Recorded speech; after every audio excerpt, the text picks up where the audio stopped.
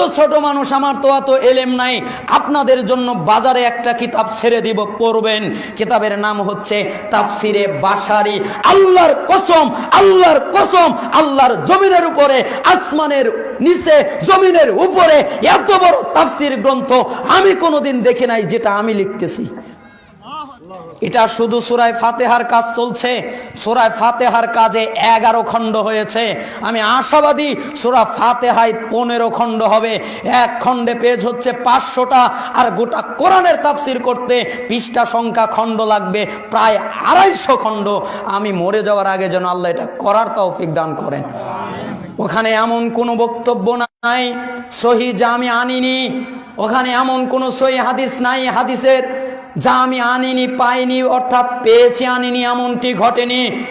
আমি প্রথমে কোরআনের আয়াত দিয়েছি, এরপরে দিয়েছি কোরআনের অনুবাদ, আয়াতের অনুবাদ, সরল অনুবাদ, এরপরে দিয়েছি শব্দার্থে অনুবাদ, এরপরে দিয়েছি বাক্য বিশ্লেষণ, এরপরে দিয়েছি ব্যাখ্যামূলক অনুবাদ, এরপরে দিয়েছি তাফসির সহ অনুবাদ, এরপরে দিয়েছি ভ্রান্ত অনুবাদ, এরপরে দিয়েছি সঠিক অনুবাদ, এরপরে দিয়েছি ব্যাকরণ ভিত্তিক অনুবাদ, এরপরে দিয়েছি হাদিস ভিত্তিক অনুবাদ, এরপরে দিয়েছি ইজমা কিয়াস ভিত্তিক অনুবাদ।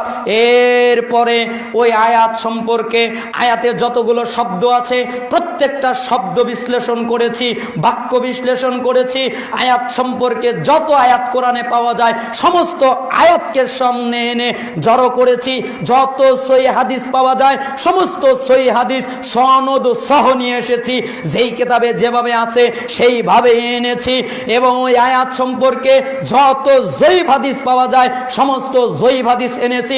হাদিস কেন জয়ীফ হলো, কোন রাবির কারণে হলো, এই রাবির বাড়ি কোথায়, এর জন্ম কোথায়, এ কেন জয়ীফ হলো, কি কারণে জয়ীফ বলা হলো, কোন কোন ইমাম তাকে জয়ীফ বললেন, কোন কোন ইমাম তাকে পরিত্যাগ করলেন, কি কারণে তিনি পরিত্যাগযোগ্য, এরকম উল্লেখ করে প্রত্যেকটা হাদিস যেটা জয়ীফ হলো কেন, এর প্রমাণ সহ ডিটেল দেওয়ার পরে সমস্ত কিতাবের তাফসির এক জায়গায় করে, তাফসিরের যত বিখ্যাত কিতাব আছে সমস্ত তাফসিরকে এক জায়গায় করে একটা বুঝ সেখানে দিয়েছি।